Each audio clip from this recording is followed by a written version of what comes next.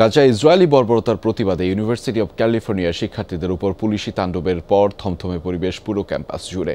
দিনের আলো ফুটতেই দেখা যায় বিশ্ববিদ্যালয় চত্বরে অবস্থান করছে দাঙ্গা পুলিশ। নিরাপত্তা বাহিনীর উপস্থিতি সত্ত্বেও বিচ্ছিন্নভাবে বিক্ষোভ করছেন শিক্ষার্থীরা।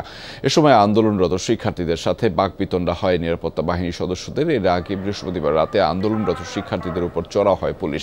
ব্যাপক অভিযানের পর সরিয়ে দেওয়া হয় অবস্থানরত শিক্ষার্থীদের। ব্যবহার করা হয় জলকামান। এ সময় দফায় দফায় টিয়ার গ্যাস ছোড়ে পুলিশ।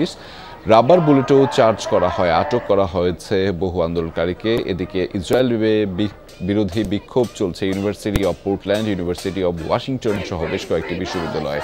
এর মধ্যে ইউনিভার্সিটি অব পোর্টল্যান্ডের লাইব্রেরিতে অবস্থান নেয় শিক্ষার্থীরা। এ সময় অভিযান চালিয়ে তাদের সেখান থেকে সরিয়ে দেওয়া হয়।